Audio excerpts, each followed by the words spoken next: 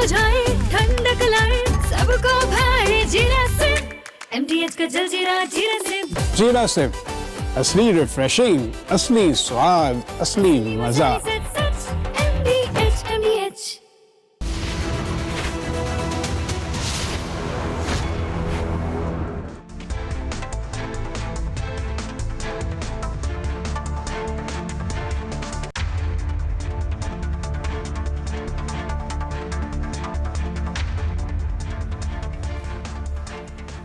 नमस्कार, बहुत स्वागत है आपका। आप देख रहे हैं देश का नंबर 1 न्यूज शो, ये भारत की बात है, और मैं हूं आपके साथ मृदुल शर्मा। होगी देश की हर बात, दिखाएंगे आपको देश और दुनिया की तमाम बड़ी खबरें। आज खबरों में आपके लिए क्या है खास।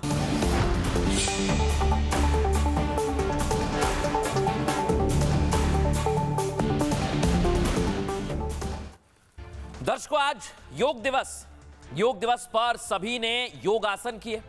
योग आपको स्वस्थ रखता है, लेकिन आज के दिन दर्शकों एक तस्वीर सामने आई, ये जिम की तस्वीर है। यहां आप देखिए, चंपावत में पुलिस जवान, ये हार्ट अटैक की वजह से इनकी जान चली जाती है एक्सरसाइज करते वक्त। ज्यादा एक्सरसाइज से देखिए क्या हाल है। कुछ सेकंड ये साइकिलिंग कर रहे हैं जोर जोर से, और फिर क्या होता है, ये तस्वीर आपके सामने। यानी जिम में एक्सरसाइज करते हुए आपको सावधानी बरतनी है, क्योंकि वहां पर सफोकेशन भी एक बड़ी वजह हो सकता है। इसलिए हो सके तो खुले में योगाभ्यास करें, योगासन करें, और जिम के वक्त भी आप थोड़ी देर सांस लें बाहर जाकर, तो बेहतर होगा। नहीं तो ये हादसा आपके साथ हो सकता है। तस्वीर आपको दिखा रहा हूं, ये आप देखिए, चंपावत में पुलिस जवान है, फिट रहने के लिए एक्सरसाइज कर रहा था, लेकिन एकाएक हार्ट अटैक आया और मौके पर ही इसने दम तोड़ दिया।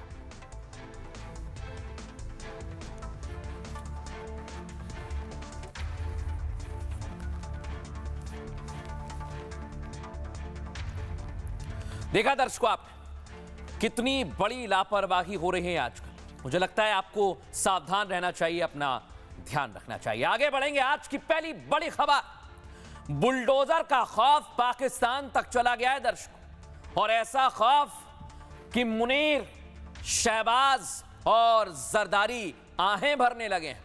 और ये डर ऐसा है कि इसके साए में पाकिस्तानी जी रहे हैं और बुलडोजर की धमक से भाग रहे हैं। दिखाता हूं आपको।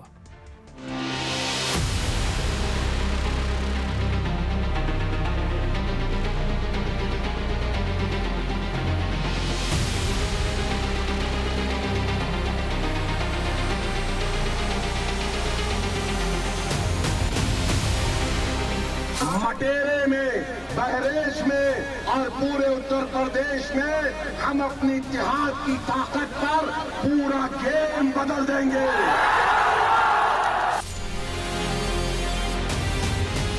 बुलडोजर से नहीं डरने वाले, से नहीं डरने वाले।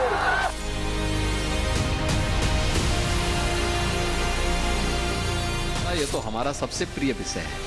नारे तकबीर।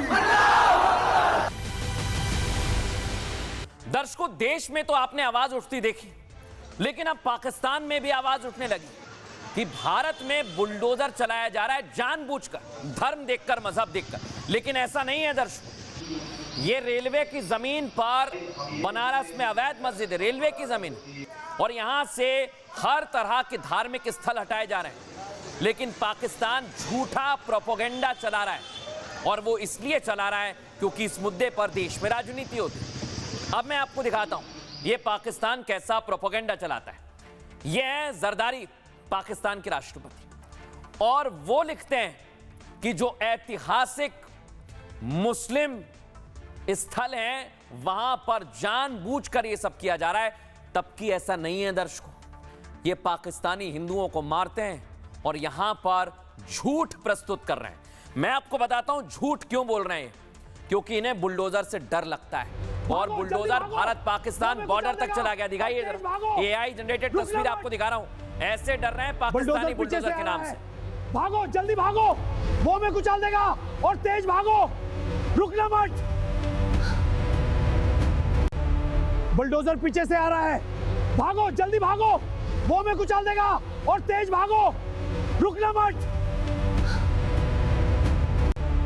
बुलडोजर पीछे से आ रहा है, भागो जल्दी भागो, वो में कुचल देगा और तेज अब मैं आपको दर्शकों दिखाता हूं जहां जहां पर अवैध निर्माण किया गया है वहां पर बुलडोजर चलता है। ये आप संभल की तस्वीर देख रहे हैं, ये आप बागपत की तस्वीर देख रहे हैं और ये मुरादाबाद की तस्वीर। ऐसा नहीं है दर्शकों कि यहां पर जानबूझकर चलाया जा रहा है, नहीं, बिल्कुल नहीं। अवैध मस्जिद, मदरसे और मजार है, इसलिए बुलडोजर चल रहा है। और मैं आपको यह भी जानकारी दे दूं दर्शकों, आइए आपको तस्वीर दिखाते हैं। बनारस में जो ये कार्रवाई हो रही है ये रेलवे की जमीन है और इसकी जद में अगर मंदिर आए, मस्जिद आए, यहां पर बुलडोजर चल रहा है। ये आपकी और हमारी भलाई के लिए हो रहा है, लेकिन पाकिस्तान इसमें नफरत की सियासत करने लगा है। क्यों कर रहा है आइए आपको बताता हूं। ये आप देख रहे हैं, ये भारत पाकिस्तान बॉर्डर बाड़मेर, और बाड़मेर में दर्शकों बुलडोजर चला है और ये बुलडोजर चला है अवैध मजार और मदरसे। पाकिस्तान को डर लगने लगा है, ये बुलडोजर अब वहां बॉर्डर तक पहुंच गया। और मैं आपको दिखाता हूं वहां पर मौजूद लोग इस एक्शन को लेकर अलग अलग तरह की प्रतिक्रिया दे रहे हैं। सुनवाइए जरा। कायम हमें 15 लाख रुपए राजस्थान सरकार, कांग्रेस सरकार में हमें मिले। हमने ये बड़ी बिल्डिंग कायम की और 5वें तक हमने सरकार से अनुमति ली और उसके बाद हम मदरसा चला रहे थे। और ये आपके सामने है, अभी ये ध्वस्त हुई है। सुना आपने, पैसे दिए गए, बताया गया कि आपको पैसे मिलेंगे और आप निर्माण कर दें। ऐसा नहीं चलेगा अब देश में। अगर आपने सरकारी जमीन पर कब्जा किया तो बुलडोजर आएगा और इसकी धमक पाकिस्तान तक सुनाई देने लगी है दर्शकों। ये आप देख रहे हैं, पाकिस्तान कांपने लगा है। बुलडोजर चल रहा है लगभग 1350 किलोमीटर दूर बनारस में और इस्लामाबाद तक कंपन सुनाई दे रहा है बुलडोजर का। और ये शहबाज, मुनीर सब कांपने लगे हैं। दिक्कत क्या है इन लोगों? पाकिस्तानी राष्ट्रपति को इससे दिक्कत है दर्शकों। एक्शन जो बनारस में हो रहा है उसका बहुत ज्यादा खामियाजा इन्हें उठाना पड़ेगा दर्शकों। ऐसा मैं क्यों कह रहा हूं? क्योंकि ये इसमें राजनीति करना चाहते हैं और अगर ये राजनीति करेंगे तो सुन ले पाकिस्तान कि भारत की ब्रह्मोस भी तैयार है। भारतीय विदेश मंत्रालय ने क्या कहा यह भी आपको बताऊंगा, उससे पहले रिपोर्ट।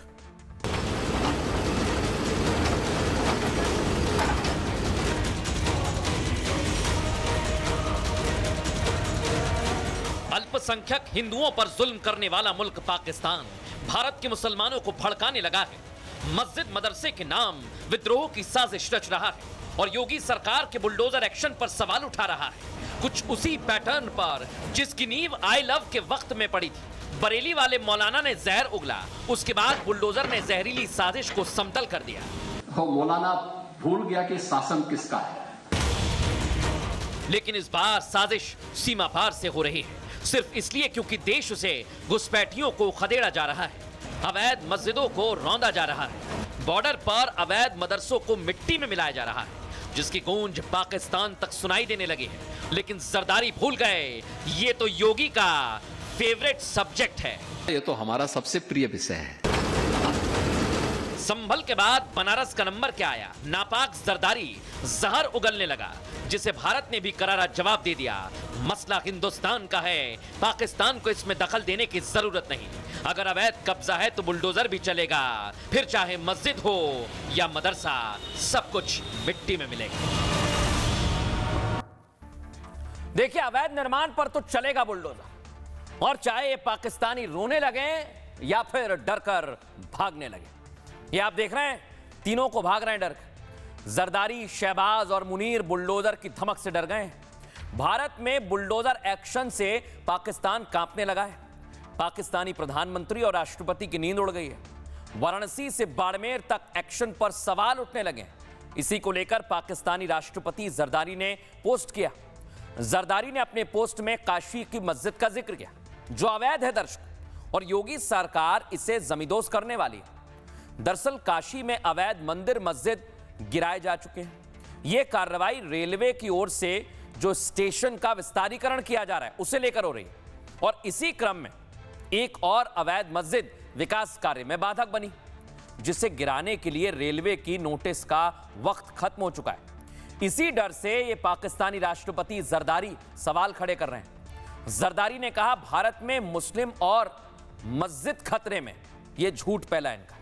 पोस्ट में वो लिखते हैं भारत में ऐतिहासिक मुस्लिम धार्मिक मजहबी स्थल हैं जिनमें काशी की 1000 साल पुरानी गंज मस्जिद भी शामिल है। उन्होंने भारतीय सरकार से ऐसी कार्रवाई को तुरंत रोकने की अपील कर दी और गीदड़ भभकी दी कि इससे भारत में अराजकता फैल सकती है।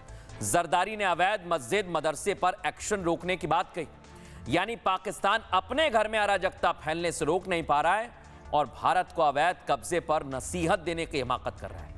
अवैध कब्जा तो दर्शकों पाकिस्तान करता है और आप देख रहे हैं ना वहां बलूचिस्तान में क्या हो रहा है। उसे लेकर आज पाकिस्तान को सोचना चाहिए और मंथन करना चाहिए। एक्सपर्ट क्या कहते हैं सुनवाता हूं आपको। आसिफ अली जरदारी साहब ने जो ये वाराणसी के अवैध मस्जिद को गिराने को लेकर ये स्टेटमेंट दी है, ये केवल और केवल भारत और यूपी की गवर्नमेंट स्टेबिलिटी को देखते हुए, वहाँ पे ग्रोथ प्रोग्रेशन को देखते हुए जनता में अराजकता फैलाने का एक अटेम्प्ट है।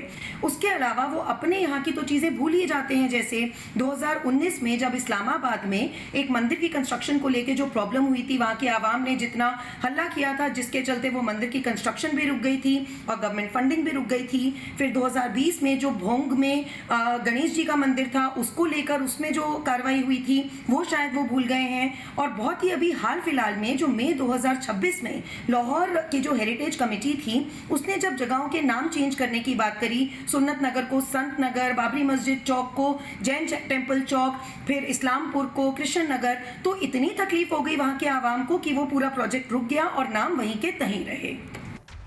अब दर्शकों मैं आपको बताता हूं, ये बुलडोजर का डर पाकिस्तान को इसलिए सता रहा है क्योंकि ये बॉर्डर तक चला गया है और पाकिस्तान जानता है कि जब भारत कार्रवाई करता है तो छोड़ता नहीं। ये आप देखिए, ये अवैध मजार थी दर्शकों, रातों रात कोई आया और इसे खड़ी कर गया।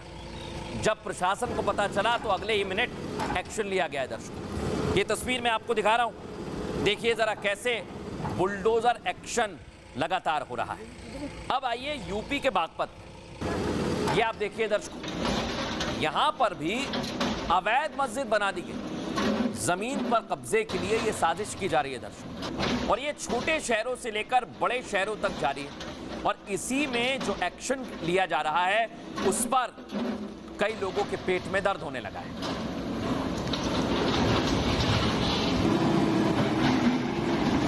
लेकिन ये दर्द क्यों हो रहा है दर्शकों?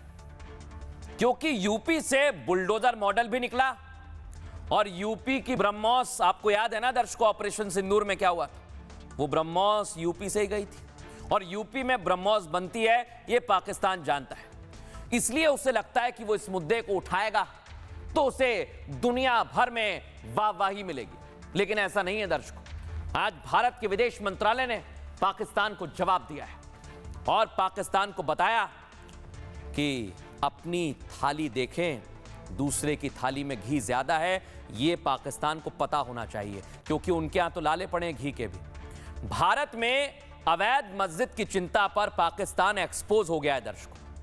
पाक राष्ट्रपति आसिफ अली जरदारी को विदेश मंत्रालय ने अब जवाब दिया।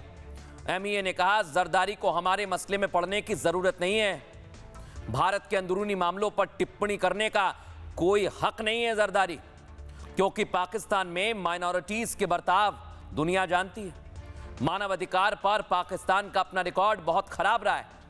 पाकिस्तान अल्पसंख्यक हिंदुओं को दर्शकों टारगेट करता है, परेशान करता है, धर्म परिवर्तन कराता है, जो पाकिस्तान की कट्टरता और नफरत की नेशनल पॉलिसी से प्रेरित है। वहीं सीएम योगी ने भी पाकिस्तान को तीखा और करारा जवाब दिया। उन्होंने पाकिस्तान को फिर से ऑपरेशन सिंदूर की याद दिला दी दर्शकों। सीएम योगी ने कहा, पाकिस्तान यूपी के ब्रह्मोस की ताकत ना भूले। ऑपरेशन सिंदूर के दौरान जो ब्रह्मोस मिसाइल पाक में दागी गई थी, वो ब्रह्मोस मिसाइल यूपी के डिफेंस कॉरिडोर में बनती है। इसलिए पाकिस्तान भारत पर उंगली उठाने से पहले 10 बार सोच ले, नहीं तो फिर हाय तौबा मचाते हुए दुनिया भर में माफी मांगता घूमेगा। और आज यूपी से सीएम योगी ने पाकिस्तान को संदेश दिया है, सुनवाता हूं आपको। याद करिए, उत्तर प्रदेश के डिफेंस मैन्युफैक्चरिंग कॉरिडोर में जो ब्रह्मोस मिसाइल बनी, ऑपरेशन सिंदूर में, जिस दिन ऑपरेशन सिंदूर में ब्रह्मोस मिसाइल दगी थी, पाकिस्तान हाय तौबा करते हुए दुनिया के अंदर माफी मांगता हुआ घूम रहा था, माफी मांगता हुआ घूम रहा था, दुम दबा करके जान की भीख मांग रहा था। ये पाकिस्तान क्या लड़ पाएगा हिंदुस्तान से? और ये तो उत्तर प्रदेश की डिफेंस मैन्युफैक्चरिंग कॉरिडोर में बनी हुई मिसाइल ने साबित करके दिखाया।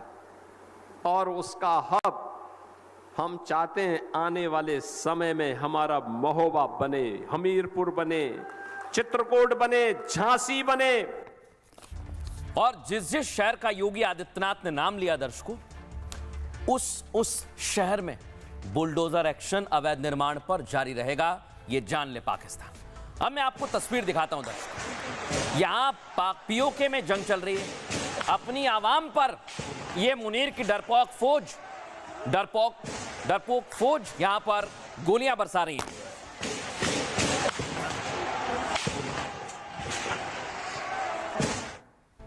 बड़ी बात क्या है दर्शकों, ये आवाम जो आजादी मांग रही है, वो चाहते हैं कि यहां पर सेना अपना कत्लेआम बंद करे और इसको भी लेकर पाकिस्तान की दुनिया भर में थू हो रही है। अगली तस्वीर दिखाइए, मूव कीजिए।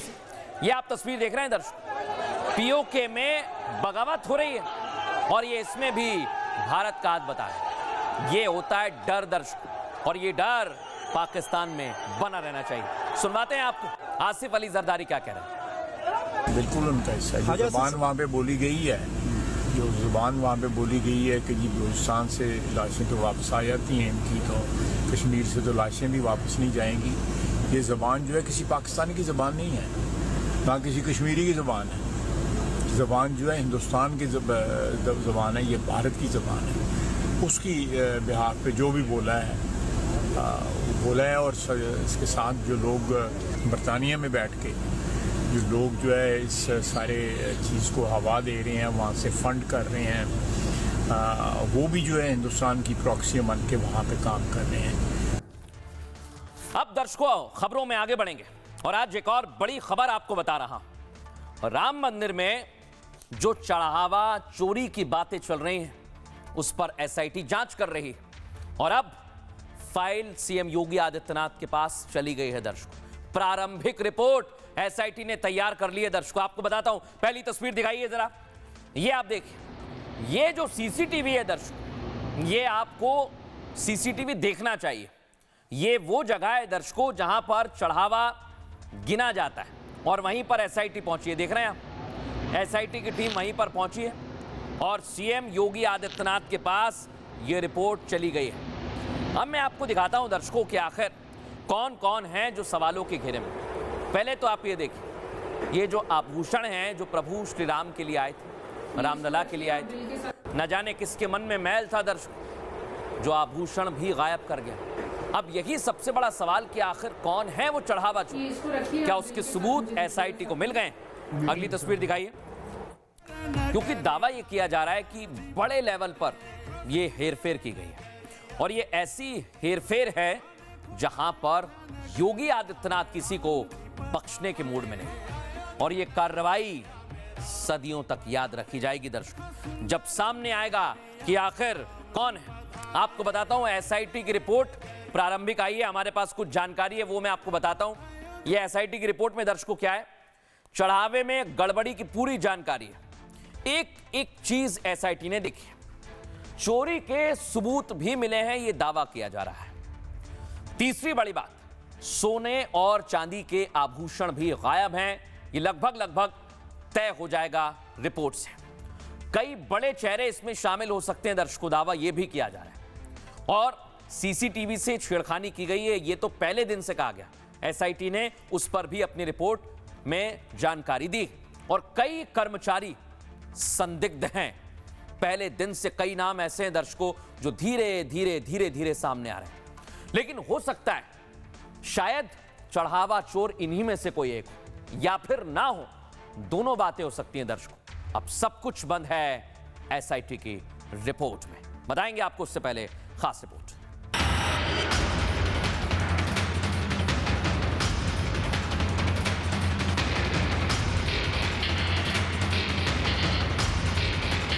राम मंदिर में भक्तों की आस्था पर डकैती की रिपोर्ट योगी आदित्यनाथ के पास चली गई है। किसने सोने की ईंट गायब की, किसने हीरे जेवरात के हार गायब किए, किसने चढ़ावे के पैसे से अपनी जेब भरी, योगी एक एक रामद्रोही को सबक सिखाने वाले हैं। अगर कोई अपराधी है और कोई भी होगा बचेगा नहीं, यह सुनिश्चित है। 6 दिन की इस रिपोर्ट में वो तमाम सबूत जुटाए गए, उन तमाम तथ्यों को सामने लाया गया जिसे चुपके चुपके राम भक्तों से छिपाया गया। शुरुआती तफ्तीश में एसआईटी को इस बात के पुख्ता सबूत मिले कि ये कोई आम चोरी नहीं बल्कि एक सुनियोजित और गहरी साजिश थी। राम मंदिर के खजाने, दान पात्र और सोने चांदी के जेवरातों की हेरफेर में एक बड़ा सिंडिकेट काम कर रहा था। 30 अक्टूबर को ये आभूषण मंदिर में भेंट किया गया। 8 महीने से अधिक का समय बीत गया। उस परिवार को न आज तक रसीद मिली, न फोटो मिला। अब एक्शन की तलवार कई बड़े चेहरों पर लटकने लगी है। योगी सरकार ने संदेश पूरी तरह से साफ कर दिया कि प्रभु राम के दरबार में डाका डालने वाले, करोड़ों सनातनियों के विश्वास से खिलवाड़ करने वाले जितने भी रसूखदार हों बच नहीं पाएंगे। अब दर्शकों मैं आपको बताता हूं, योगी आदित्यनाथ के पास फाइल पहुंच गई। एसआईटी ने अपनी प्रारंभिक रिपोर्ट सौंप दी है। आइए आपको बताते हैं उसमें क्या हो सकता है। दर्शकों, राम मंदिर चढ़ावा चोरी की रिपोर्ट फाइल हो चुकी है दर्शकों, जिसे एसआईटी की टीम ने मुख्यमंत्री योगी आदित्यनाथ को सौंप दिया है। एसआईटी की प्रारंभिक रिपोर्ट में कई चौंकाने वाले तथ्य हैं। जानकारी यह है दर्शकों की रिपोर्ट में चढ़ावा चोरी के सबूत मिले हैं। चढ़ावे की गिनती में अनियमितता का भी दावा किया गया है। साथ ही जांच में सोने चांदी के आभूषणों की रसीद भी गायब मिली। इसके अलावा टीम ने सीएम योगी को कुछ और भी जानकारी दी है कि ट्रस्ट के लोगों को अयोध्या ना छोड़ने का निर्देश दिया गया है। वहीं अनिल मिश्रा, गोपाल राव की भूमिका भी सवालों के घेरे में है। इसके अलावा राम मंदिर में चढ़ावे की गिनती से लेकर बैंक में जमा करने तक की व्यवस्था दुरुस्त की गई है दर्शकों, और ट्रस्ट के पदाधिकारियों की निगरानी भी बढ़ा दी गई। देख रहे हैं आप, हर एक सीसीटीवी सामने है। हालांकि चढ़ावा चोरी का श्रद्धालुओं पर गहरा असर पड़ा है दर्शकों। हमारे पास जानकारी है कि दान पेटियों में चढ़ावे की राशि कम हो गई है। ये चौंकाने वाली जानकारी है। पहले रोजाना 8 से 12 लाख रुपए तक का चढ़ावा निकलता था, अब वो घटकर 1 से 1.5 लाख रुपए के आसपास आ गया। श्रद्धालुओं का कहना है दान चोरी से सभी को दुख हुआ है। वाकई में अब राम भक्त ऑनलाइन दान करने में ज्यादा विश्वास कर रहे हैं दर्शकों। यानी राम भक्त चाहते हैं दान हो, गरीबों को फायदा मिले, लेकिन कोई बीच में उस पैसे पर हाथ न डाले। इस पर सियासत भी हो रही है। सुनवाता हूं अखिलेश यादव क्या कहते हैं। साधु संतों की जांच अधिकारी कैसे कर सकते हैं? साधु संत हमारे पूजनीय हैं। एसआईटी की जांच कौन करेगा? और इसीलिए डिले कर रही है, इससे सच्चाई बाहर आए। अखिलेश यादव के ही पिताजी ने तो गोली चलवाई थी राम भक्तों पर। अखिलेश यादव को भरोसा नहीं होगा, लेकिन मुझे भरोसा है योगी सरकार पर। हमें योगी जी पे भरोसा है, मोदी भरोसा है, हर जगह भरोसा ही भरोसा है। वो लोग जो कर रहे हैं सब अच्छे के लिए कर रहे हैं। कोई उनका महत्व इसमें नहीं है चोरी में। जो चोरी महत्व की है उनको सजा मिलेगा। अब दर्शकों मैं आपको एक और बड़ी खबर दिखाता हूं। इधर राम मंदिर पर सियासत हो रही है और उधर राहुल गांधी एक नया राग ले आए दर्शकों। वो देश में कई बार इस तरह की बातें करते हैं जो संदेह पैदा करती हैं कि आखिर राहुल चाहते क्या हैं। कैसे संदेह पैदा किया जा रहा है, आइए आपको दिखाते हैं। ये आप देखिए, राहुल गांधी ने मुसलमानों पर एक टिप्पणी की। उन्होंने कहा कि मैं अल्पसंख्यक नहीं, मुसलमान ही कहूं। सोचिए, अल्पसंख्यक, जो खुद मुस्लिम कहते हैं कि हम अल्पसंख्यक, लेकिन राहुल गांधी ने कहा मैं ऐसा नहीं कहूंगा। अब मैं आपको दिखाता हूं दर्शकों, राहुल गांधी एक कार्यक्रम में मौजूद थे जहां पर अल्पसंख्यक समाज के लोग थे। सुनिए जरा राहुल ने क्या कहा। हमें माइनॉरिटी शब्द यूज नहीं करना चाहिए। हमें माइनॉरिटी शब्द यूज करना चाहिए। मैंने इंटरप्ट किया और मैंने कहा जिस दिन मैंने मुसलमान शब्द यूज करना बंद कर दिया, सिख शब्द यूज करना बंद कर दिया, जैन शब्द यूज करना बंद कर दिया, क्रिश्चियन शब्द यूज करना बंद कर दिया, उस दिन मैं कांग्रेस का नहीं। अब दर्शकों ये इमरान प्रतापगढ़, ये भी बड़ा ज्ञान दे रहे हैं, सुनवाइए जरा इन्हें भी। राहुल जी दूरदर्शी व्यक्ति हैं, वो जानते हैं जब तक नफरत कम नहीं होगी तब तक भाजपा कम नहीं होगी। राहुल जी दूरदर्शी व्यक्ति हैं, वो जानते हैं जब तक नफरत। लेकिन दर्शकों, मैंने आपको हिंदुओं को ये खबर दिखाई थी, ये है मौलाना सज्जाद नौमान। फिर दोहराता हूं, ये कहते हैं कि जाट हिंदू नहीं है, सिख और जैन भी हिंदू नहीं है, और कई सारी जातियां इन्होंने बताई, कहा ये हिंदू है ही नहीं, हिंदू हो ही नहीं सकते। और इधर राहुल गांधी कह रहे हैं कि मैं अल्पसंख्यक नहीं, मुस्लिम कहूंगा, जैन नहीं। ये बहुत बड़ा सवाल है दर्शक। जाट हिंदू नहीं है, जैन हिंदू नहीं है, ये सज्जाद नुमानी कहते हैं। सुनिए जरा। जा सकता किसी कीमत पर हिंदुओं को अक्सरियत में नहीं माना जा सकता। मैं फिर दोहराता हूं, सिख हिंदू नहीं है, क्रिश्चियंस हिंदू नहीं है, बुद्धिस्ट हिंदू नहीं है, शेड्यूल कास्ट के लोग हिंदू नहीं हैं, ट्राइबल लोग, आदिवासी लोग जो इस मुल्क के असली बाशिंदे हैं सबसे कदीम, वो भी हिंदू नहीं हैं। तमिलनाडु के लोग हिंदू नहीं हैं, लिंगायत हिंदू नहीं हैं। ये सब क्यों किया जा रहा है दर्शकों, मैं आपको बताता हूं, आप चिंता मत करिए। क्योंकि चाहे ओवैसी हो, राहुल गांधी हो या फिर अखिलेश यादव, इन सब की नजर है मुस्लिम वोटों पर। और ये जानते हैं तीनों कि यूपी में 2027 में चुनाव होना है। अगर मुसलमानों को अपने पाले में कर लिया तो फिर जीत की संभावना बढ़ जाएगी। लेकिन अब फैसला करना है मुसलमानों को। क्या इन्हें बरगलाया जा रहा है, बताऊंगा आपको, उससे पहले रिपोर्ट देखिए। और मैंने कहा जिस दिन मैंने मुसलमान शब्द यूज करना बंद कर दिया उस दिन मैं कांग्रेस का। कांग्रेस नेता राहुल गांधी मुसलमानों को अल्पसंख्यक नहीं मानते। क्या राहुल के लिए मुसलमान हिंदुओं की तरह बहुसंख्यक हैं? राहुल गांधी ने कांग्रेस की एक बैठक के दौरान कहा, मैं मुसलमान को अल्पसंख्यक नहीं कहूंगा, मैं उन्हें मुसलमान कहूंगा। मुसलमान शब्द यूज नहीं करना चाहिए, हमें माइनॉरिटी शब्द यूज करना चाहिए। मैंने इंटरप्ट किया और मैंने कहा जिस दिन मैंने मुसलमान शब्द यूज करना बंद कर दिया, सिख शब्द यूज करना बंद कर दिया, जैन शब्द यूज करना बंद कर दिया, क्रिश्चियन शब्द यूज करना बंद कर दिया, उस दिन मैं कांग्रेस का नहीं। राहुल मुसलमानों के साथ साथ सिख, जैन, क्रिश्चियन को भी अल्पसंख्यक नहीं मानते। सवाल है राहुल के बयान के पीछे की वजह क्या है? क्या इसके पीछे कोई सियासी मकसद है? राहुल जी दूरदर्शी व्यक्ति हैं, वो जानते हैं जब तक नफरत कम नहीं होगी तब तक भाजपा कम नहीं होगी। राहुल गांधी दर्शकों जो साजिश कर रहे हैं उसके पीछे सियासत ही है, क्योंकि यह कहना मुसलमानों को अपने पाले में करना है। और इसी कोशिश में लगे हुए हैं असद उद्दीन ओवैसी और अखिलेश यादव। और राहुल गांधी ने मुसलमानों को लेकर बड़ा बयान दिया, क्योंकि कांग्रेस अल्पसंख्यक जिला अध्यक्षों की बैठक कर रही है। राहुल कहते हैं, हमसे कहा जाता है मुसलमानों को अल्पसंख्यक, उनके साथ कोई अन्याय हो तो भी अल्पसंख्यक बोलो। मैं कहता हूं कि हमें माइनॉरिटी शब्द के पीछे नहीं छिपना चाहिए।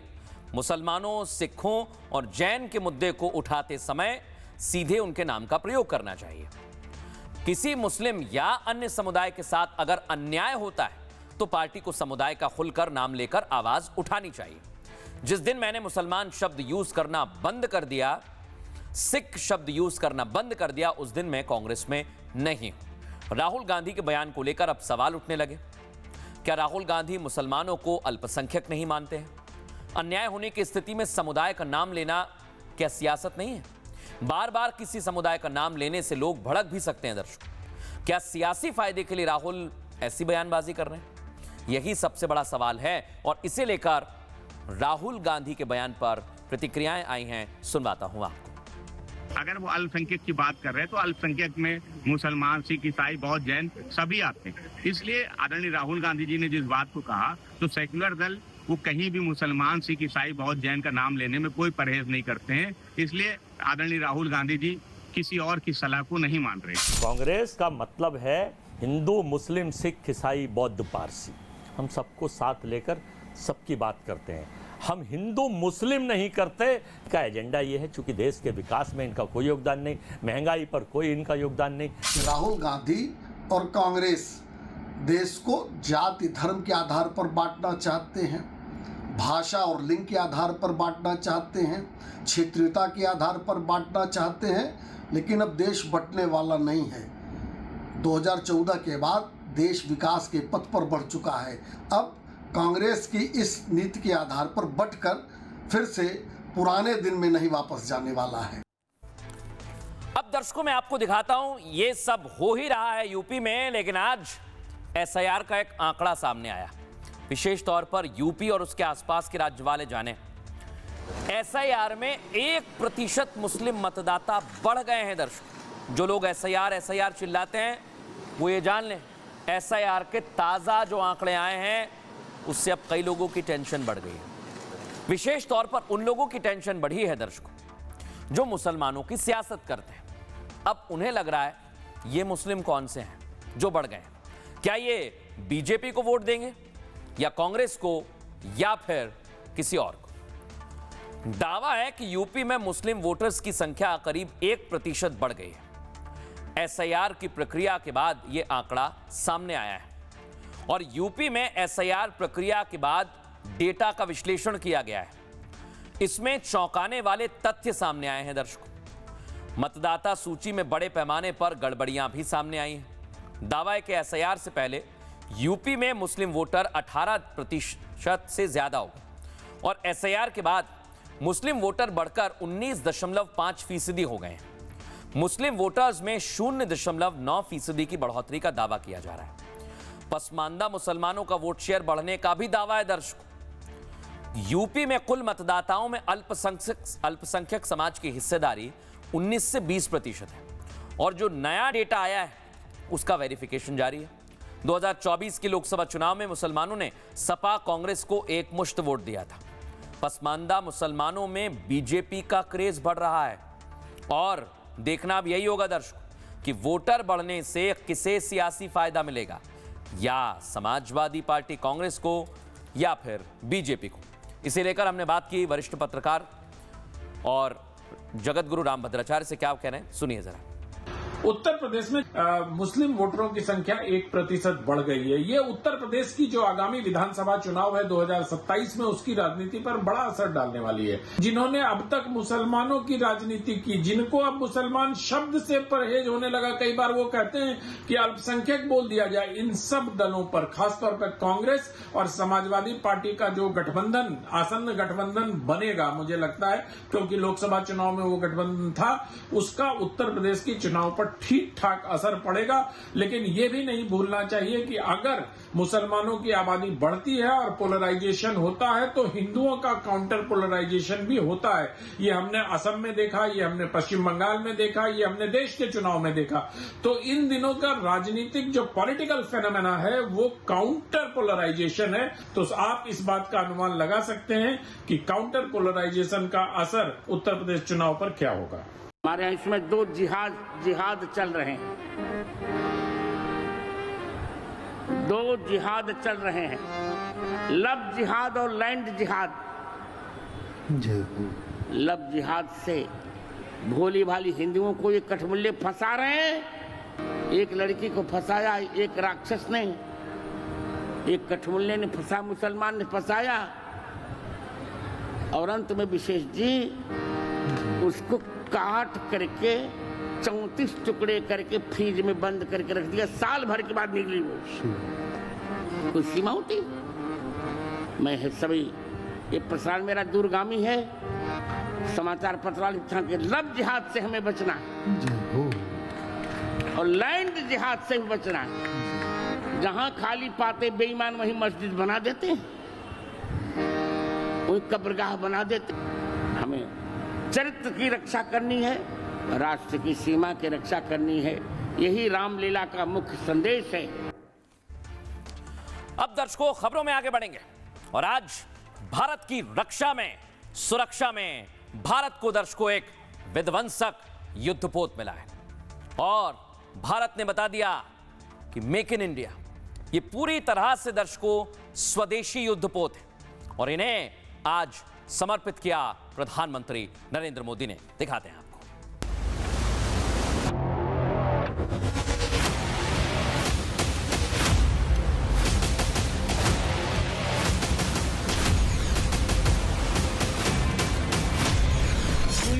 गवाह है कि मैरीटाइम क्षमता के बिना कोई भी राष्ट्र बड़ी शक्ति नहीं बन सकता।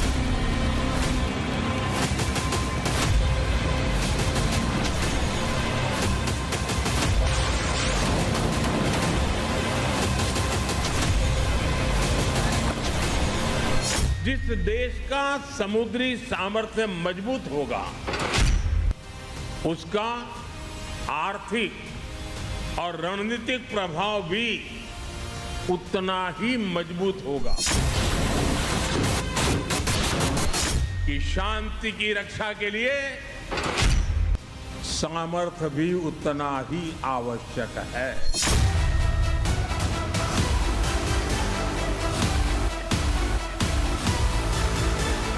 मेरी शक्ति की पहचान विश्व के बाजार बनने से नहीं है,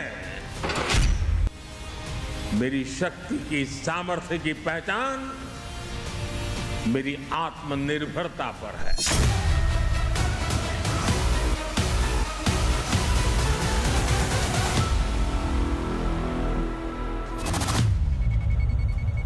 सुना दर्शकों आपने, और ये पूर्णतः स्वदेशी हैं दर्शकों। ये हमारे लिए और आपके लिए गर्व का विषय है। ये आप देखिए, कोलकाता समंदर में नौसेना की ताकत बढ़ गई है और ये ताकत स्वदेशी ताकत है। एमएन सुनाइए।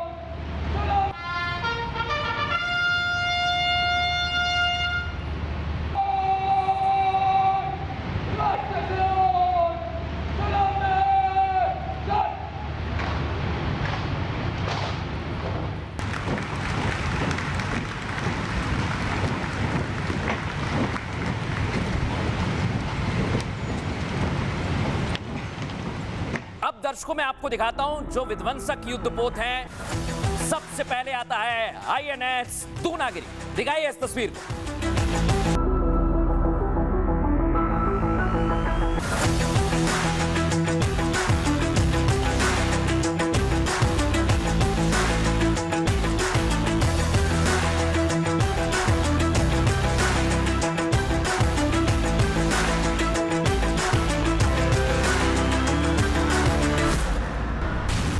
दर्शकों दूसरे नंबर पर आता है आईएनएस संशोधक। इसकी तस्वीर भी आपको दिखाते हैं।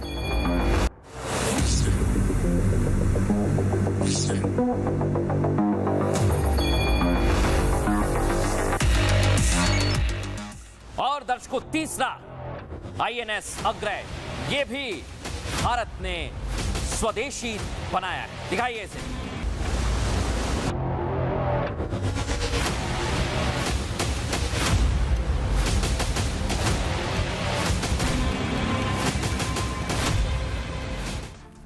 दर्शकों आज योग दिवस और प्रधानमंत्री ने योग दिवस पर देश को यह तोहफा समर्पित किया है।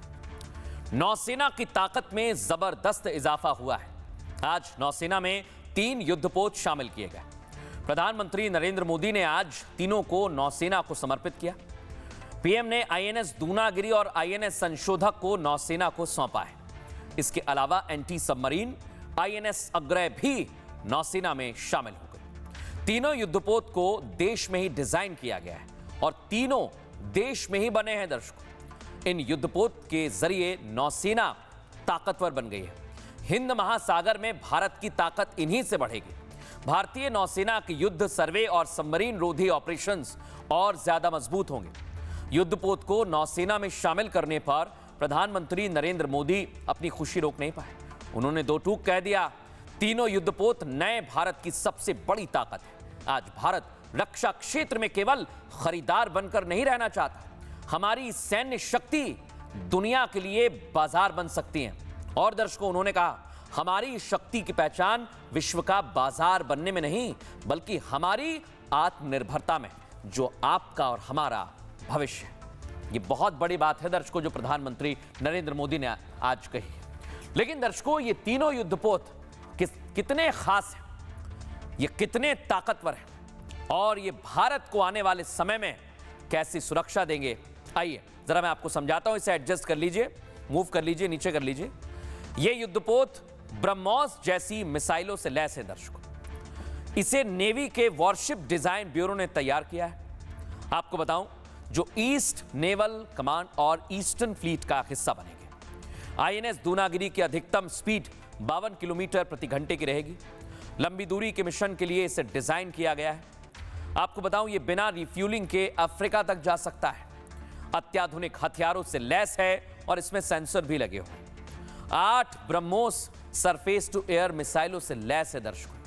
मल्टी रोल कॉम्बैट वॉरशिप इसकी पहचान है। ट्रिपल टॉर्पीडो और रॉकेट लॉन्चर्स भी इसमें लगे हुए हैं। आईएनएस दूनागिरी युद्धपोत की लंबाई 149 मीटर है।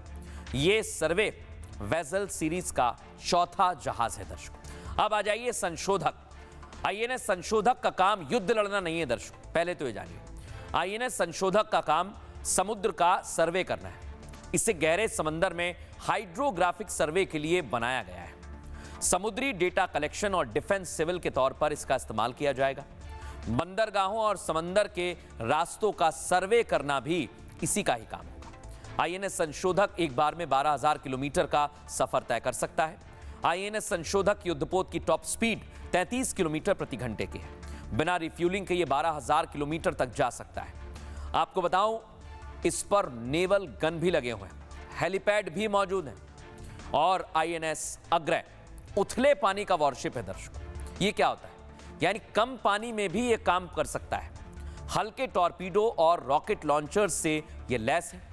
एडवांस्ड सोनार सिस्टम से भी लैस किया गया है। आपको बताऊं, इसका काम दुश्मन के सबमरीन खोजकर नष्ट करना है और INS Agray search and rescue operation में भी सक्षम है। ये जो ताकत है दर्शकों, ये हमारी सुरक्षा में मील का पत्थर साबित होगी। सुनिए पीएम मोदी क्या कहते हैं। साथियों, भारत ने हमेशा से समुद्र को सहयोग का माध्यम माना है, लेकिन भारत ये भी जानता है कि शांति की रक्षा के लिए सामर्थ्य भी उतना ही आवश्यक है।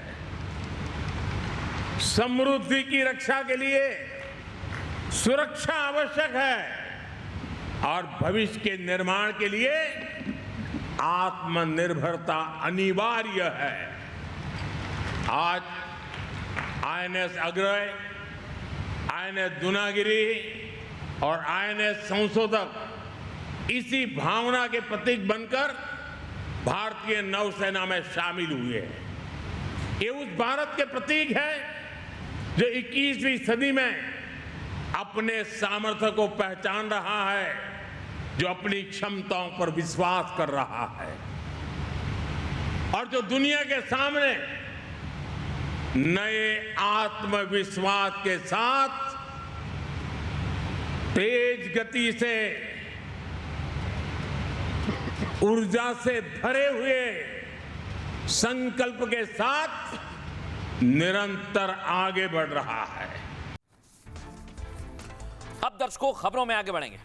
आज एक बड़ी और अहम खबर आपको दिखाता हूं, क्योंकि दर्शकों, भारतीय क्रिकेट में एक नया सितारा उभर रहा है और मानिए आप, वो खुद कह रहा है अपनी बैटिंग से रोक सको तो रोक लो, क्योंकि वो चाहता है भारत को जिताना। नाम वैभव सूर्यवंशी। आपको पहली तस्वीर दिखाता हूं दर्शकों। आज वैभव ने लिस्ट ए क्रिकेट में एक नया रिकॉर्ड अपने नाम किया है। नन्ही उम्र में 11 बॉल में दर्शकों, युवराज सिंह ने जब 6 छक्के लगाए तब 12 गेंदों में 50 रन बनाए, लेकिन आज सूर्यवंशी ने इतिहास रच दिया। 20 साल पुराना रिकॉर्ड तोड़ा है और मात्र 11 गेंदों में अर्धशतक जड़ा है। आपको दिखाते हैं दर्शकों, फाइनल में शतक से चूक गए हैं वैभव सूर्यवंशी। केवल 6 रनों से वो शतक से चूके। अगली तस्वीर दिखाइए, मूव कीजिए इसे, मूव कीजिए इसे। अगली तस्वीर दिखाइए। ये आप देखिए दर्शकों, वैभव सूर्यवंशी दुनिया भर से तारीफ बटोर रहे हैं उनकी उम्र को लेकर, उनके टैलेंट को लेकर। उम्र भले ही दर्शकों कम है, लेकिन टैलेंट बड़ा खास है। और आज वैभव ने दर्शकों लिस्ट ए क्रिकेट में जिस श्रीलंका से उनकी फाइट हुई थी, उसी को देखते हुए आज उन्होंने जबरदस्त बैटिंग की है दर्शकों। आइए जरा मैं आपको बताता हूं। वैभव सूर्यवंशी ने श्रीलंका को मिट्टी में मिला दिया, यही कहा जा रहा है दुनिया में। वैभव की बल्लेबाजी से भारत फाइनल जीत गया है। भारत ए टीम ने श्रीलंका ए को फाइनल में 66 रनों से हरा दिया। भारत ए ने श्रीलंका के खिलाफ 50 ओवर में 377 रन बनाए, जिसके जवाब में श्रीलंका ए की टीम 47.1 ओवर में 311 रन बना पाई। इसके साथ ही भारत ने दाम्बुला में ट्राई सीरीज को अपने नाम कर लिया है। अब आते हैं वैभव की बैटिंग पर। श्रीलंका ए के खिलाफ 29 गेंदों में 94 रन बनाए। अपनी धुआंधार पारी में उन्होंने 10 चौके और 8 छक्के जड़े। वैभव सूर्यवंशी ने केवल 11 गेंदों में अपनी हाफ सेंचुरी पूरी की दर्शक। इसके साथ ही वैभव ने सबसे तेज हाफ सेंचुरी का भी रिकॉर्ड तोड़ दिया।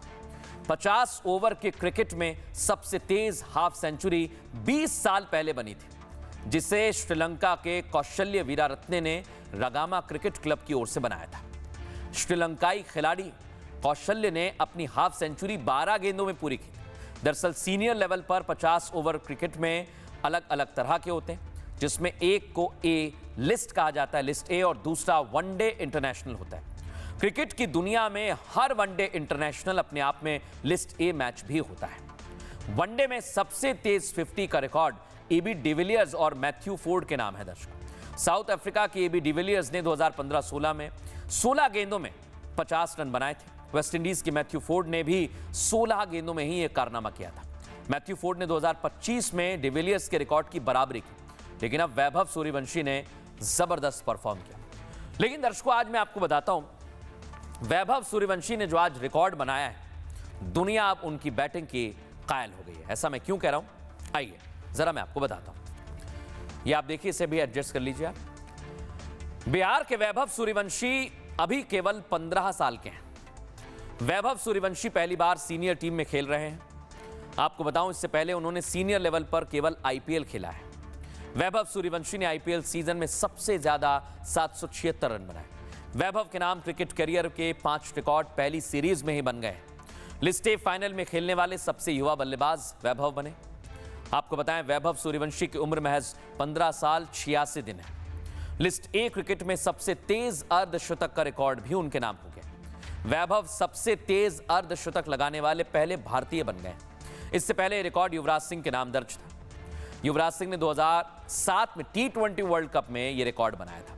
युवराज ने 12 गेंदों पर अर्धशतक बनाया और वैभव ने चौथे ओवर की 5वीं गेंद पर छक्का लगाकर अपना अर्धशतक पूरा किया। उन्होंने अपने 50 रन पूरे करने में एक भी रन नहीं दौड़ा, सारे चौके और छक्के। पावर प्ले के दौरान सबसे तेज अर्धशतक का रिकॉर्ड भी उन्होंने अपने नाम किया है। आपको बताएं, वैभव का यह रिकॉर्ड दुनिया भर में चर्चा का विषय बन गया है। सुनिए जरा। बहुत ही शानदार बैटिंग किया वैभव ने और वेरी फर्स्ट बॉल से वो उन्होंने अपना इंटेंट और एग्रेशन मेंटेन रखा हुआ था और जितने भी उनको लूज बॉल्स मिले उन्होंने उसको कन्वर्ट किया रन्स में। और पहला तो रिकॉर्ड उन्होंने तोड़ा युवराज सिंह का, जो 11 बॉल पे 11 बॉल पे 50 रन्स का है, तो उसमें उन्होंने 5 छक्के 5 चौके मारे। और जिस अंदाज से आज वो बैटिंग कर रहे थे, लग रहा था कि वो क्रिस गेल का, शायद क्रिस गेल का ही रिकॉर्ड है 30 बॉल्स में 100 का, तो वो भी आज टूट जाएगा। बट समहाउ वो स्ट्रोक मिस टाइम हो गया। लेकिन जिस लहजे में वैभव बल्लेबाजी कर रहे थे, बहुत ही शानदार बल्लेबाजी थी। और कवर्स के ऊपर जिस तरीके से उन्होंने स्ट्रोक एग्जीक्यूट किया, डाउन द विकेट बॉलर्स के हेड के ऊपर से जो सिक्सेस और फोर्स मारे, तो काबिले तारीफ था। बहुत ही शानदार बल्लेबाजी की। और आइए दर्शकों, अब खबरों में आगे बढ़ेंगे। आज एक और बड़ी खबर आपके लिए लेकर आए। आज नीट का एग्जाम भी था दर्शकों। नीट का एग्जाम सफल बनाने के लिए, लीक प्रूफ बनाने के लिए एनटीए ने तैयारी की दर्शकों। लेकिन आज परीक्षा के दौरान क्या क्या हुआ है, यह आपको देखना चाहिए। पहली तस्वीर दिखाइए। नीट परीक्षा के लिए, जिसे री नीट कहा जा रहा है दर्शकों, सुरक्षा के विशेष इंतजाम किए गए थे। दिखाइए जरा। सेंटर्स पर सुबह से ही छात्र पहुंचने लगे। इसके पहले एक डेमो भी किया गया था, मॉक ड्रिल के तौर पर भी उसे देखा गया। लेकिन सेंटर्स पर दर्शकों गजब हुआ आज। कुछ छात्र देरी से पहुंचे तो उनको अंदर नहीं जाने दिया। सुनवाइए जरा छात्रों ने आज क्या कहा। अरे आप लोग 1:30 में हम पहुंच चुके थे, मैं इन्हें खोलने के लिए मना कर दिया, कह रहे 1:30 क्लोजिंग टाइम है।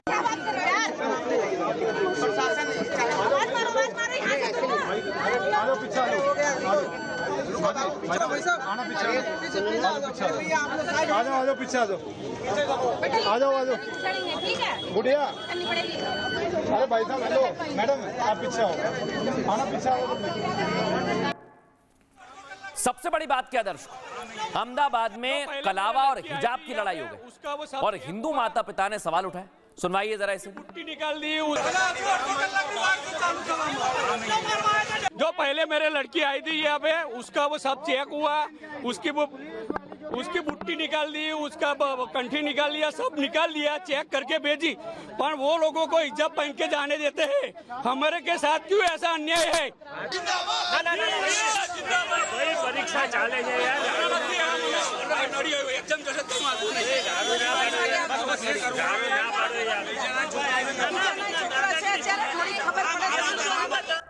अब दर्शकों मैं आपको बताता हूं, नो स्पिन तक निकाल ली गई। देखिए आप, टेप चिपका दिया इसमें। ये नीट के एग्जाम में हुआ है। देखिए जरा, दिखाइए इसको भी, दिखाइए जरा उदयपुर की तस्वीर। यहाँ किसी टीचर को दे दो। एक मिनट हाथ से ही दोनों तरफ से खींचते हैं ना। ये पेन क्या हुआ? मोबाइल निकल गई।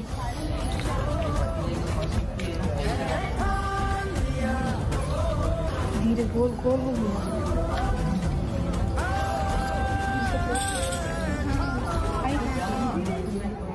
सोचिए आप, यहाँ इतना कुछ हो रहा है और ये कह रही हैं कि मेरे लिए बुर्का मैटर करता है। सुनवाइए जरा, इन्हें भी सुनवाइए। अब मैं नीट का पेपर देना आई हूँ, ब्यावर से आई हूँ मैं। उसके बाद ये लोग कह रहे हैं कि मैंने 3 मई को पेपर दिया था। अब मैंने तब भी इसी हालत में दिया था जिस हालत में मैं खड़ी हूँ। मैंने बुर्का पहना, मैंने दुपट्टा पहना। पहले ये कह रहे हैं कि दुपट्टा के अलावा जाओगे, आपको दुपट्टा हटाना पड़ेगा। फिर मैम आके कह रही नहीं, बुर्का भी खोलना पड़ेगा। अगर एनटीए ने हमें अलाउ किया है तो ये लोग हमें नहीं रोक सकते। एनटीए पेपर कंडक्ट करा रहा है, वो रूल बताएगा। एनटीए ने कहा है आप रिलीजियस अटायर पहन कर आए। अगर एनटीए ने कहा है तो हमको अलाउ करना पड़ेगा इनको। अगर ये नहीं करेंगे तो हम नहीं जाएंगे। मेरे लिए पेपर मैटर नहीं करता, मेरे लिए मेरा बुर्का, मेरी पहचान मैटर करती है। दर्शकों, कुछ छात्रा तो ऐसी भी रहीं जो गेट पर ही रोने लगी, उन्हें एंट्री नहीं मिली। दिखाइए जरा, इन्हें भी दिखाइए, सुनवाइए।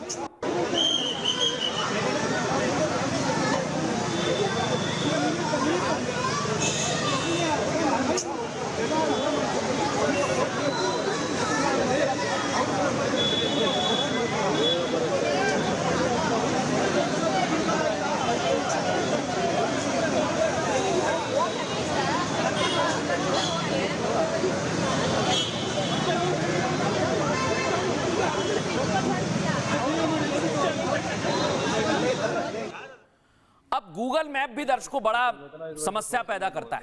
ये आप देखिए, ये छात्र हैं, गूगल मैप से सेंटर ढूंढते रहे, पहुंच ही नहीं पाए। सुनवाइए जरा। 5-6 मिनट लेट हो गए थे सर, तो वो कहीं और स्कूल में पहुंच गए थे ना, इस वजह से थोड़ा सा लेट हो गए। फिर लोकेशन मैप के हिसाब से आगे दिखा रहा है।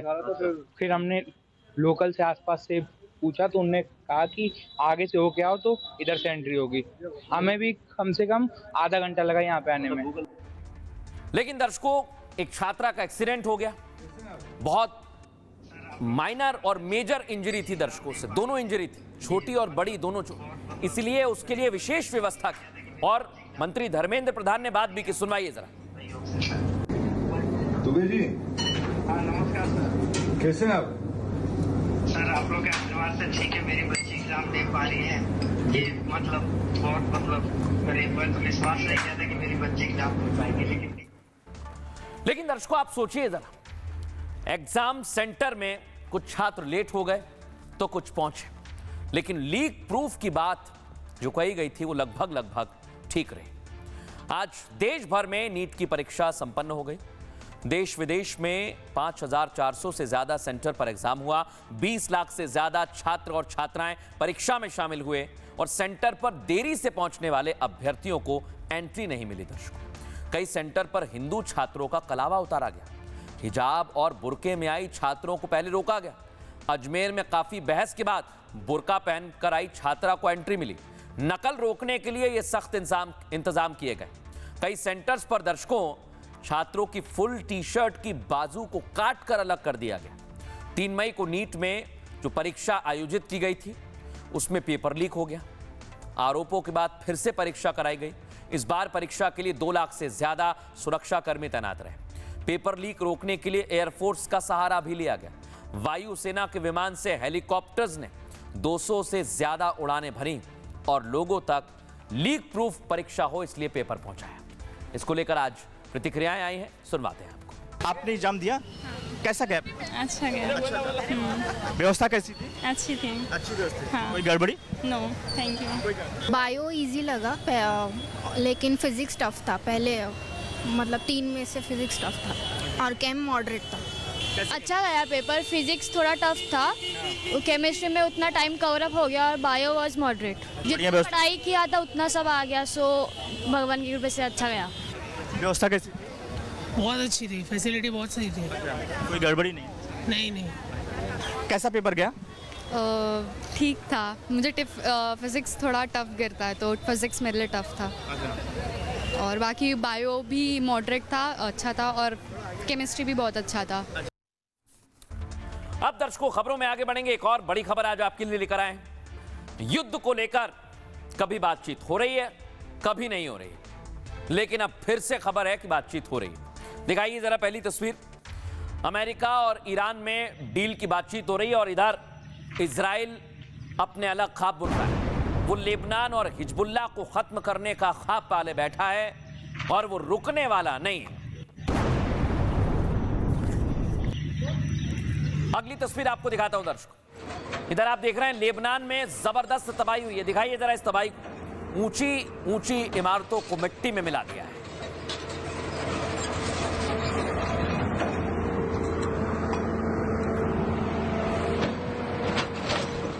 इस बीच दर्शकों आज हुआ क्या, हिजबुल्लाह के जो आतंकी हैं, जो लड़ाके हैं, उनकी सुरंग का पता चला आईडीएफ को, इजरायली डिफेंस फोर्स को, और वो वहां उन्हें ढूंढने पहुंच गई। दिखाइए जरा। यहां पर दावा किया जा रहा है कई हिजबुल्लाह के लड़ाकों को मिट्टी में मिला दिया गया है। इधर हिजबुल्लाह और आईडीएफ आमने सामने और इधर जेडी वेंस पहुंच गए स्विट्जरलैंड। स्विट्जरलैंड में ही अमेरिकी डेलीगेशन और ईरानी डेलीगेशन के बीच बातचीत हो रही है। ये तस्वीर आप देखिए, अमेरिकी डेलीगेशन पहुंचा है जिसका नेतृत्व कर रहे हैं जेडी वेंस। अब दिखाते हैं आपको ईरानी डेलीगेशन जिसमें अब्बास अराक्ची हैं और ये पूरी तरह से अभी तक कमान संभाले हुए। हालांकि IRGC की बातें भी यहां तक पहुंच रही हैं और अब तमाम जो मसले हैं वो सुलझ सकते हैं। लेकिन आपको बताते हैं सबसे पहले कि आखिर बातचीत क्या हो रही है, क्योंकि दोनों देश इस वक्त स्विट्जरलैंड में मौजूद हैं। और क्या बातचीत हो रही है, आइए जरा मैं आपको बता दूं। ये आप देखिए, बातचीत हो रही है, साइन हो चुका है। इजराइल और ईरान एक तरफ आमने सामने है दर्शकों। इजराइल लेबनान पर बम बरसा रहा है। इजराइल अपनी सुरक्षा से समझौता नहीं करेगा, ये उसने कह दिया। लेबनान में हिजबुल्लाह पर उसके हमले जारी रहेंगे। इजराइल के पीएम बेंजामिन नेतन्याहू ने खुद को इस डील से अलग कर लिया है। इजराइल की 22 मबारी से ईरानी सरकार आग बबूला है। आपको बताएं, इसके लिए यूएस और ईरान के बीच बातचीत शुरू हो गई है। स्विट्जरलैंड के पहले तैयारी थी, पहले इसी शहर में यहां मीटिंग होने वाली थी, लेकिन पहले कैंसिल हो गई। अब दोनों देशों के नुमाइंदे यहां पर पहुंच गए हैं। आपको बताएं, अमेरिका की तरफ से उपराष्ट्रपति जेडी वेंस अगुवाई कर रहे हैं। ईरान की तरफ से विदेश मंत्री अब्बास अराक्ची इस चर्चा को लीड कर रहे हैं। टॉक से पहले दोनों ने इसकी कामयाबी की उम्मीद भी जताई, लेकिन जब तक ये सफल ना हो जाए कहना काफी मुश्किल है, क्योंकि बातचीत से ठीक पहले ट्रंप ने फिर से विवादित बयान दिया। उन्होंने कहा अगर ईरान के साथ 60 दिन में कोई समझौता नहीं हुआ तो अमेरिका भविष्य में स्ट्रेट ऑफ हॉर्मुज में टोल लगाने पर विचार कर सकता है। ये शुल्क मिडिल ईस्ट में सुरक्षा पर हुए अमेरिकी खर्च की भरपाई करेगा। सोचिए आप, ये डोनाल्ड ट्रंप कह रहे हैं। हालांकि उपराष्ट्रपति जेडी वेंस ने इस तनाव को थोड़ा कम करने की भी कोशिश की है और पूरी तरह से वो चाहते हैं कि हो जाए ये डील। जेडी वेंस क्या कहते हैं, फॉरेन एक्सपर्ट क्या कहते हैं, सुनिए जरा। मेरा मानना है कि पिछले कुछ महीनों में लेबनान में संघर्ष को रोकने के लिए अमेरिकी राष्ट्रपति और संयुक्त राज्य अमेरिका ने दुनिया की किसी भी सरकार से कहीं अधिक प्रयास किए हैं। और हम इस दिशा में आगे भी काम करते रहेंगे। आज का दिन वास्तव में एक तकनीकी वार्ता की शुरुआत का प्रतीक है, जो हमें इतिहास में पहली बार एक साथ टीमों के रूप में बैठकर दोनों पक्षों के लिए सबसे महत्वपूर्ण मुद्दों को समझने, उन मुद्दों को सुलझाने और एक बेहतर भविष्य की ओर बढ़ने का अवसर प्रदान करेगी। और पीस डील साइनिंग एक गले की हड्डी की तरह ट्रंप के अंदर फंस गया था कि जिसमें एक विरोधाभास स्थिति ये थी कि अपने मिड टर्म पोल्स को देखते नवंबर के ट्रंप के लिए युद्ध खत्म करना मजबूरी थी, लेकिन अक्टूबर में अपने पोल्स देखते हुए इजराइल और नेतन्याहू के लिए ये युद्ध कंटिन्यू करना एक मजबूरी थी। ऐसे में अगर इस पीस डील में देखें तो केवल एक होर्मुज खुलने को लेकर बात हुई है, बाकी सब कुछ तो स्थगित कर दिया गया है अगले 60 दिन के पीरियड के लिए। उसमें भी ईरान चाहता था कि किसी शुल्क के साथ होर्मुज खुले, लेकिन अमेरिका नहीं चाहता था कोई भी शुल्क लगे। तो अब अगर प्रैक्टिकल तौर पे समझे तो होगा केवल ये कि इजराइल अपना लेबनान और जो हिजबुल्ला है और हमस में भी जब तक उसको जरूरत होगी अपने हमले जारी रखेगा, और उसी को बहाना बना के ईरान अपना होर्मुज पे शुल्क लगाएगा कि आप ये सीजफायर की डील को पूरा का पूरा नहीं मान रहे हो। आज दर्शकों योग दिवस है और योग आपके लिए स्वास्थ्य के लिए अच्छा होता है। आज दुनिया भर में योग किया गया और भारत में भी कई राजनेताओं ने योग किया, प्रधानमंत्री नरेंद्र मोदी ने भी योग किया। आइए आपको योग दिवस की कुछ खास तस्वीरें दिखाते हैं। शायद आपने भी योग किया होगा, नहीं किया तो आप देखिए जरा। आज प्रधानमंत्री कई लोगों के साथ योग करते हैं। दिखाइए जरा इस तस्वीर को, फुल फ्रेम दिखाइए। ये हथेली का और मुख बाहर की तरफ रहना है, वो नीचे की तरफ लेके आइए। सांस छाड़ते छाड़ते सामान्य अवस्थाয় ফিরে আসুন और धीरे धीरे श्वास छोड़ते हुए नीचे, धीरे धीरे श्वास भरते हुए सामान्य स्थिति में। अब दर्शकों ये तो प्रधानमंत्री नरेंद्र मोदी योग कर रहे थे, लेकिन आज वो योग टीचर की भूमिका में भी रहे। दिखाइए जरा इसे भी, जो लोग गलत कर रहे थे उन्हें सिखाया प्रधानमंत्री। चेहरे पर स्थापित करें, বৃদ্ধাঙ্গুলি দিয়ে कान एवं बाकी आंगुल दिए नाक से श्वास अंदर लीजिए और धीरे धीरे श्वास बाहर छोड़ते हुए कंठ से भ्रमर जैसे ध्वनि को उत्पन्न कीजिए।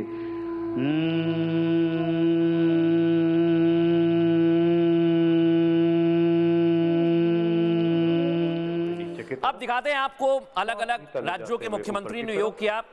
योगी आदित्यनाथ ने भी आज योग किया है। दर्शकों दिखाइए इस तस्वीर को फुल फ्रेम। हुए नीचे की तरफ, श्वास भीतर ले जाते हुए ऊपर की तरफ, छोड़ते हुए नीचे की तरफ एक बार। लेकिन दर्शकों आज सबसे ज्यादा चर्चा रही, सम्राट चौधरी ने योग किया और उनके ठीक बगल में थे निशांत कुमार, जो बिहार के स्वास्थ्य मंत्री हैं। हालांकि उनके योग आसन इतने ठीक नहीं थे दर्शकों, इसलिए वो चर्चा का विषय बन गए और उनके योग को लेकर कहा गया।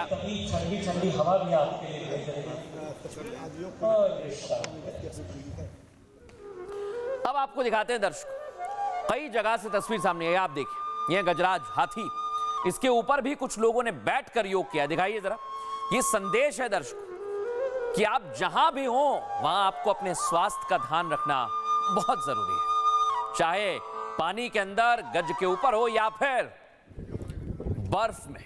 ये देख रहे हैं आप, ये पेंगोंग झील दर्शकों, यहां हाड़ कांपा देने वाली ठंड आती है, लेकिन वहां पर भी भारतीय सेना के जवानों ने योग अभ्यास किया, योगासन किए और स्वास्थ्य को लेकर बड़ा संदेश दिया। अब दर्शकों में आपको एक और तस्वीर दिखाता हूं। ये आप देखिए, पानी के अंदर भी योग किया गया। दिखाइए जरा इस तस्वीर को। ये सारे स्विमर्स हैं। वडोदरा में पूल में महिलाओं ने योगाभ्यास किया है।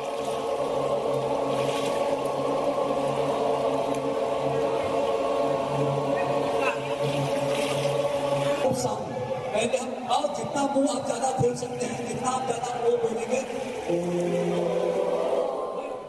नितिन गडकरी स्वास्थ्य के चलते दर्शकों कुर्सी पर बैठे रहे, लेकिन उन्होंने भी ये संदेश दिया कि आप बैठे बैठे भी कुछ योगासन कर सकते हैं।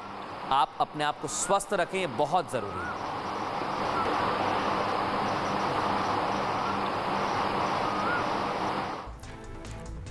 दर्शकों दुनिया भर में योग किया गया और योग आपके स्वास्थ्य के लिए जरूरी है। विद्युत जामवाल एक्टर इसे लेकर क्या कहते हैं, सुनिए जरा। जिम्मेदारी दी गई है कि विद्युत जामवाल यंगस्टर्स को थोड़ा मैसेज दो, इनको समझाओ कि योगा से ही होगा।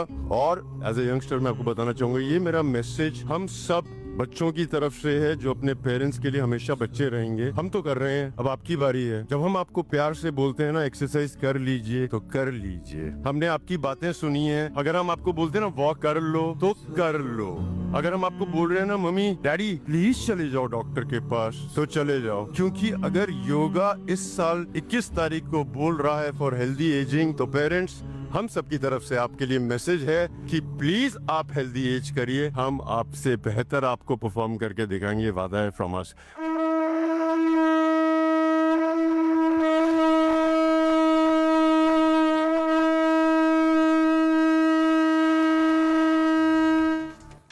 अब दर्शकों बात हो रही है योग की, लेकिन अब मैं योग के साथ साथ समोसे की भी बात करूंगा। आप कहेंगे ऐसा क्यों? क्योंकि दर्शकों एक तो समोसा स्वास्थ्य खराब करता है। केमिकल वाला समोसा तो बहुत कुछ खराब करता है। दिखाइए जरा ये तस्वीर।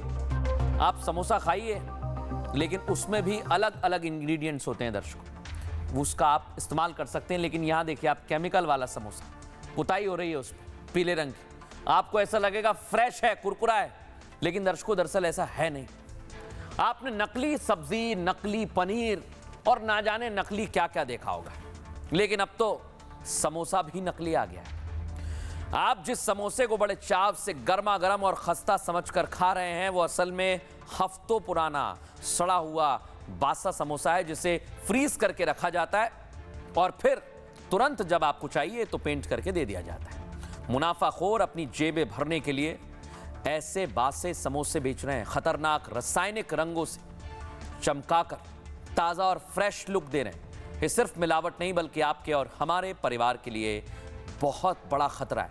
आपकी सेहत इससे खराब हो सकती है। उससे सीधा खिलवाड़ है, एक तरह का जहर है दर्शकों, जो धीरे धीरे आपको बीमार कर सकता है। पहले आपको अपच होगी, गैस की शिकायत हो सकती है और फिर गंभीर बीमारी के आप शिकार हो सकते हैं। इस वायरल वीडियो को देखने के लिए बहुत ज्यादा जब ये वीडियो चल गया दर्शकों, तो दुनिया भर में, देश भर में आवाज उठी कि आखिर ये जहर क्यों परोसा जा रहा है। क्योंकि बाहर अगर आप खाना खाते हैं तो आपको अपनी आंखें खुली रखनी होंगी, सचेत रहना होगा, क्योंकि जिस समोसे को आप गर्मा गर्म समझकर एक के बाद एक, कई लोग 2-2, 3-3 खा जाते हैं, उनके लिए ये सावधानी अभी से आपको बरतनी होगी। अगर आपने ऐसा समोसा खाया तो आप बहुत बीमार पड़ सकते हैं। कुछ डॉक्टर्स क्या कह रहे हैं, सुनिए जरा। अगर ये खाने के लिए रियल समोसा है तो ये काफी हानिकारक हो सकता है। जो भी फूड कलरिंग मटेरियल्स हैं, चाहे सिंथेटिक कलर्स है, वो स्वास्थ्य के लिए हानिकारक होते हैं। खास करके कम आयु के बच्चों के लिए ये बहुत ही डेंजरस होता है। अटेंशन डेफिसिट डिसऑर्डर, तरह तरह की हाइपर सेंसिटिविटी रिएक्शन, स्किन्स में प्रॉब्लम, उसके साथ साथ पेट से रिलेटेड बीमारी भी ये क्रिएट करता है, जैसे वॉमिटिंग सा होना, डायरिया होना। अब दर्शकों वक्त हो गया है आज के सूत्र का। आइए आपको बताते हैं। आज का सूत्र है दर्शकों NR नारायण मूर्ति का। इन्फोसिस के फाउंडर NR नारायण मूर्ति ने जीवन को लेकर अहम सूत्र दिए हैं। वो कहते हैं आगे बढ़ना दर्दनाक है, बदलाव दर्द देता है, लेकिन ऐसी जगह अटके रहना जहां आप फिट नहीं बैठते, उससे ज्यादा दर्दनाक कुछ और नहीं है। आप जीवन में जो करना चाहते हैं पूरी शिद्दत से करिए और मेहनत से करिए, और बाकी भगवान पर छोड़ दीजिए। जो लिखा होगा वो जरूर आपको मिलेगा, वो आपसे कोई नहीं छीन सकता। वक्त एक छोटे से ब्रेक का, जल्द हाजिर होंगे। चमकी चाट से क्या बना है? सैंडविच, लस्सी और छाछ और हर घूंट में चमकी चाट। ड्राई फ्रूट और दही बड़े, चमकी चाट से स्वाद बढ़े। असली स्वाद सिर्फ चमकी चाट।